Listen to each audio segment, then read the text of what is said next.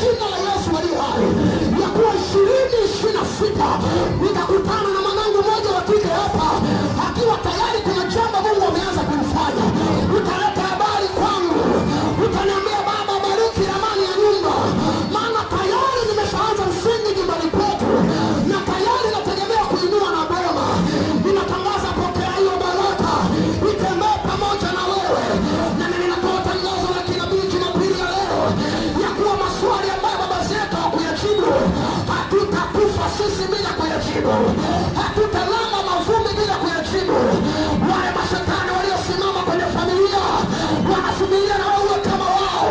Ninapeleka habari kwenye ukoo wenu ya kuwa wewe uko kama wao na jina lako limebadilishwa. Nasema jina lako limebadilishwa. Sasa angalia namna ilivyo ya kuwa ndani ya familia na koo kuna mashetani huwa wanasimama, wanaanza kuangalia nani aliyezaliwa, nani aliye na nyota ya biashara tuizime. Wanaizima ile nyota, wanatangaza kwa jina la Yesu